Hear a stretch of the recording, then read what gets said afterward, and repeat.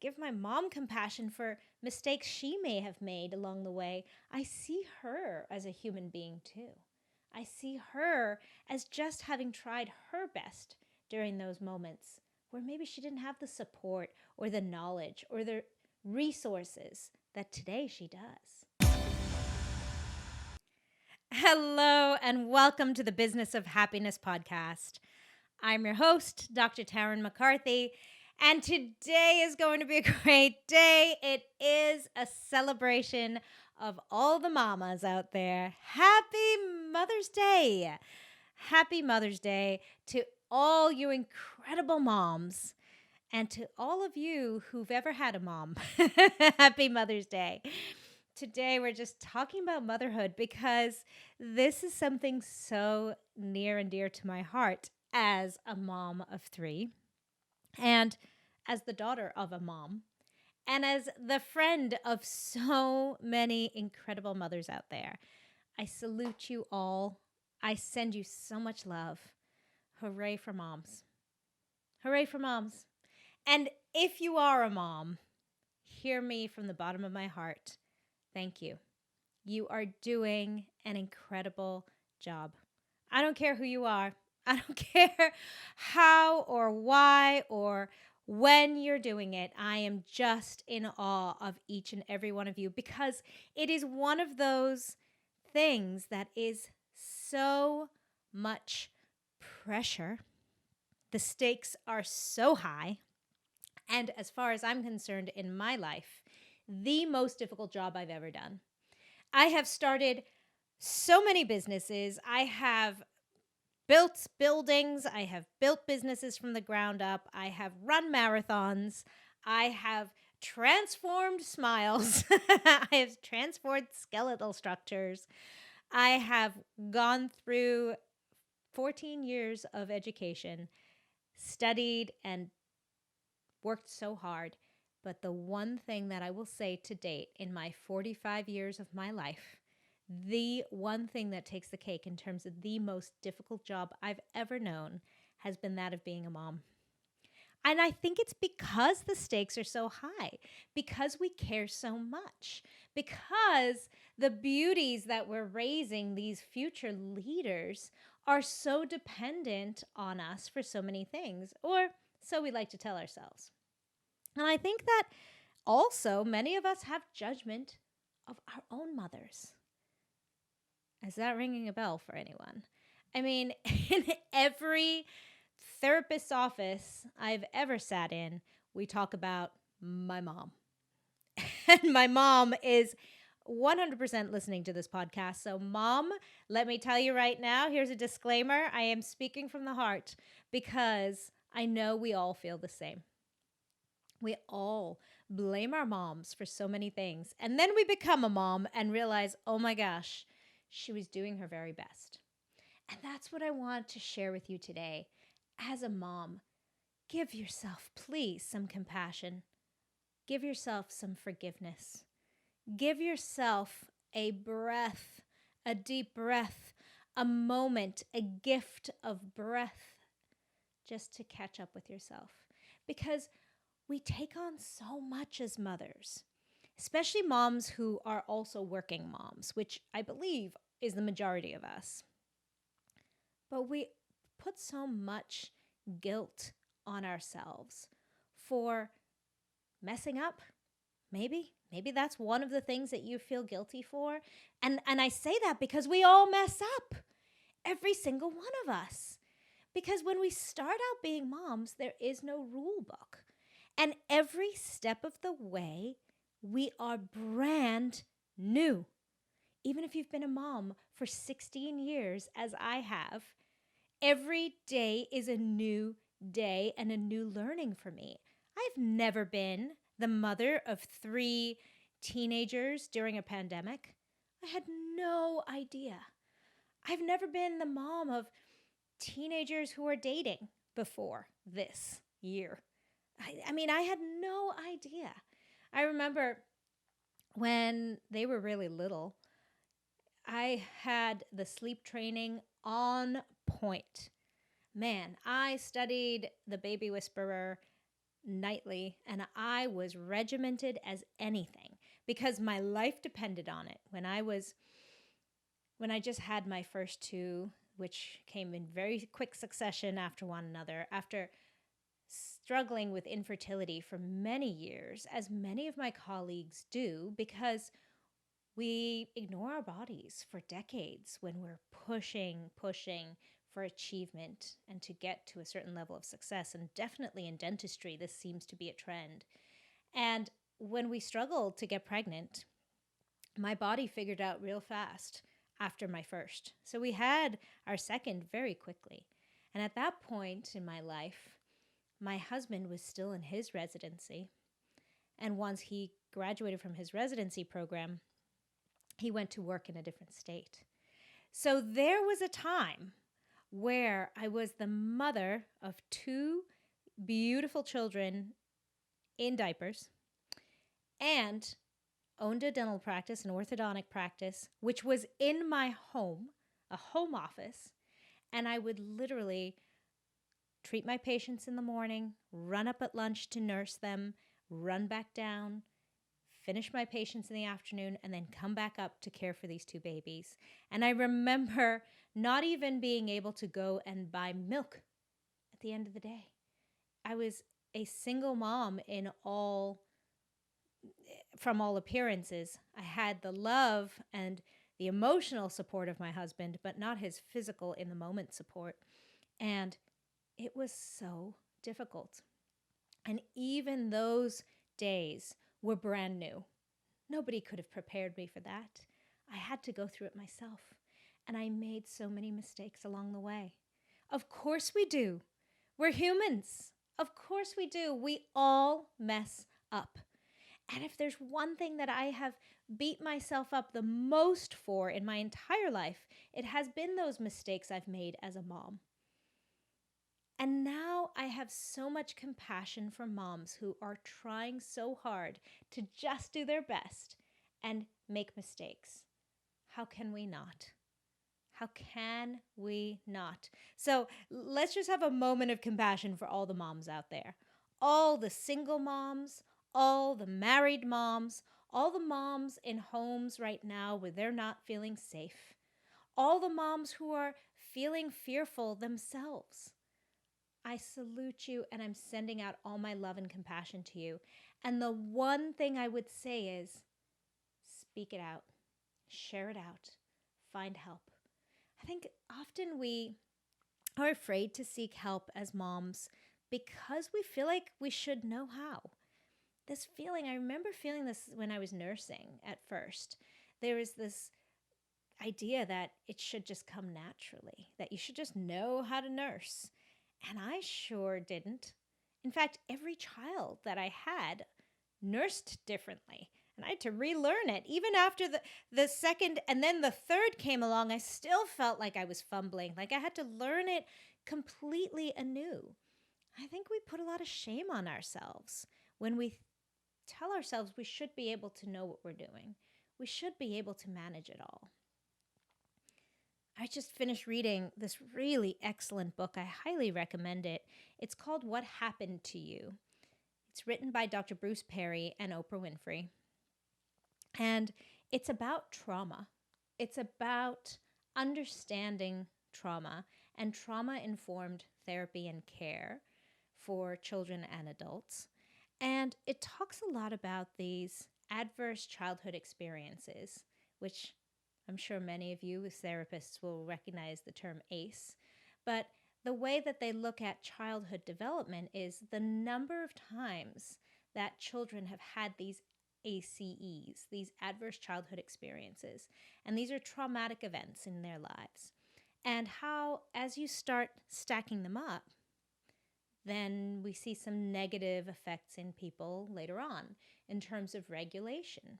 How can they learn to regulate themselves? And then we start to see some mental health issues, some coping issues as adults, teenagers and adults.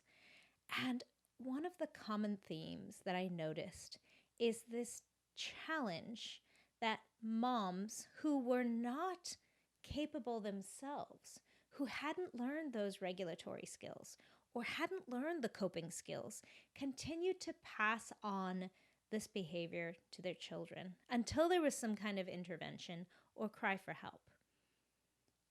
It's so fascinating to me because I think in order for us to be able to ask for help, we have to give ourselves compassion. We have to recognize that we need and deserve the help. When we beat ourselves up and hide behind shame and guilt, we don't reach out. We don't ask for help. And then the cycle perpetuates. But here's what I know, is that we're all trying our best. And some of us have multiple challenges on our hands, which just make it so difficult. I look back at my younger version of myself and I think, oh my gosh, Tarryn, how did you do that? How were you just in your 20s raising 2 children on your own, with a business on your own, with a house, paying for this house on your own? How did you do this? And reaching out for help was the hardest thing to do. In fact, admitting defeat was the hardest thing to do. If you're listening to this podcast, chances are you didn't get into business to be miserable. The problem is that people feel that if their business gets busier, if they start becoming more successful, that happiness will eventually set in. But it can actually get worse. This is why I created the Business of Happiness Prosperity Coaching. In this one-on-one coaching, we look at how to redefine success on your terms and re-find the joy and the passion in your dream. Visit me at thebizofhappiness.com and become the happiest business owner you know. And I look back now and I recognize many of the mistakes I made. And does it hurt as a mom to think that you've left these indelible marks on your children? And yet that's where compassion has to come again. That's where we have to give ourselves forgiveness. Because I still make mistakes, no matter how hard I try. And if you're anything like me, I am constantly listening to parenting podcasts, constantly reading up about development and teenagers and sexuality for teenagers. Trust me, it's a thing we're going through right now. But sleep and eating, there's so many aspects of support that moms feel like they need to support their children on. And despite all of that, I still make mistakes. I do. And I still have moments that I am not proud of, where just trying to hold up everything was not possible. And I'm learning where to ask for help and where to set those boundaries and where to draw the line of my capabilities and still hold myself intact. One of the greatest superpowers that I've tapped into as a mom, and I share this now with you, is vulnerability in front of my children. Eek! Now that was scary. And I don't mean the kind of vulnerability that I used to do, which was bursting into tears in front of my children and just falling apart, making them feel bad. What I mean is honest vulnerability with my children when I do make a mistake and say to them, hey guys, I am sorry. I shouldn't have spoken to you that way. I was exhausted and that's not an excuse, but I'm apologizing. It's so interesting because I think I used to feel like that kind of vulnerability with my children was a weakness or admitting to a weakness or possibly exposing a chink in the armor that they might take advantage of.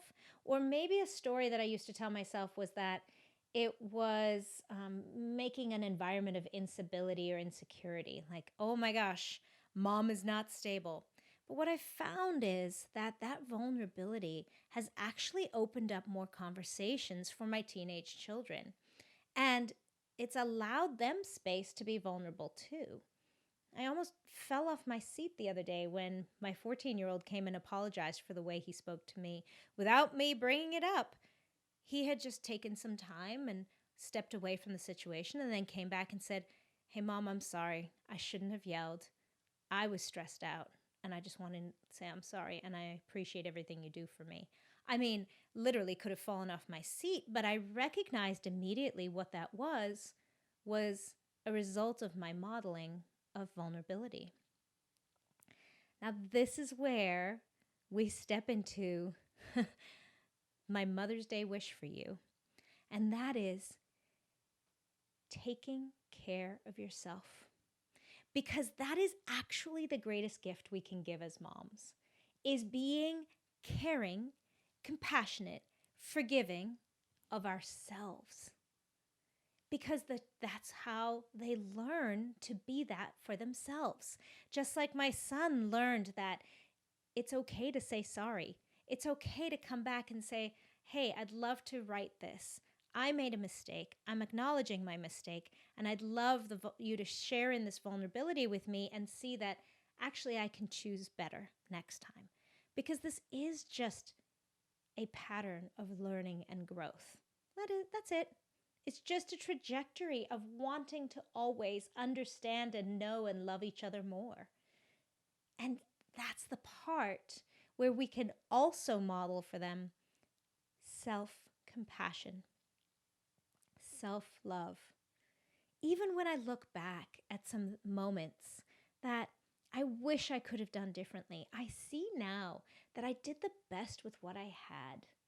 I did the best with what was available to me at the time, even if that was an understanding or a knowing that I was still growing in. And when I give myself compassion as a mom for those moments, it allows me to be a stronger mom now. Because I get to see, wow, Tarryn, you've learned a lot. You've come a long way. And yeah, that was the first time you had ever been the mom of a teenager in a pandemic. And yeah, I see the fear that was coming up for you. Today I'd choose differently. But I do see what you were going through. I think the more we can share these moments with one another, the more we can also recognize that we're all trying our best. Sometimes when we share instances where we maybe didn't behave the way we would have liked to have, we sometimes wear those as not so much a badge of honor, but we support one another that it was maybe not our finest moment, but we encourage it again and again. And this is the part that I think we can change for ourselves. We can do better when we know better, and we can support one another to do better. But we don't have to ever tear each other down or tear ourselves down along the way.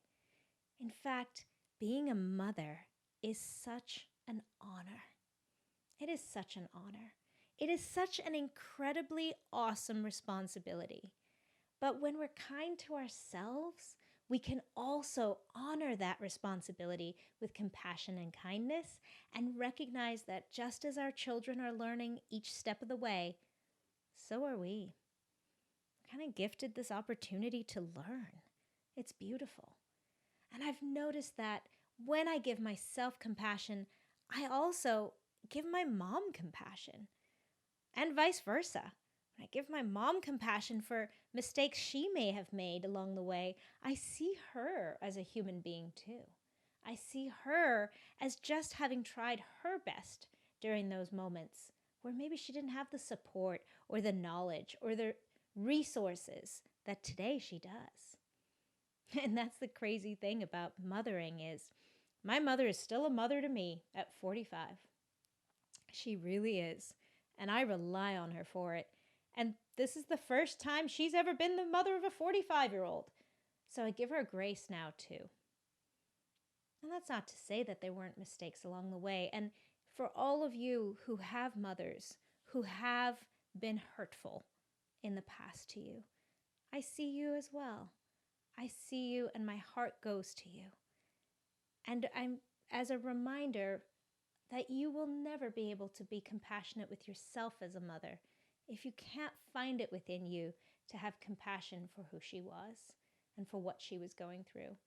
And I'm not saying that she didn't make enormous mistakes, and some moms leave big wounds, and maybe I have too, but we all have the opportunity to wrap ourselves in compassion and understanding and a dream of being able to know more and do more, to know better and do better together.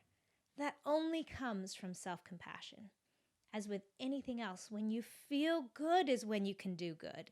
When you feel bad is when we start acting out of defensiveness and anger and hostility and protectiveness and shame and guilt. But when we feel good, when we can find some love for ourselves as mothers and take a deep breath, is when we can start fresh and share in that beautiful growth, that beautiful opportunity for learning.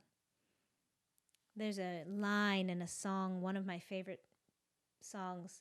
It's called A Beautiful Prayer by Lizzie Jeff.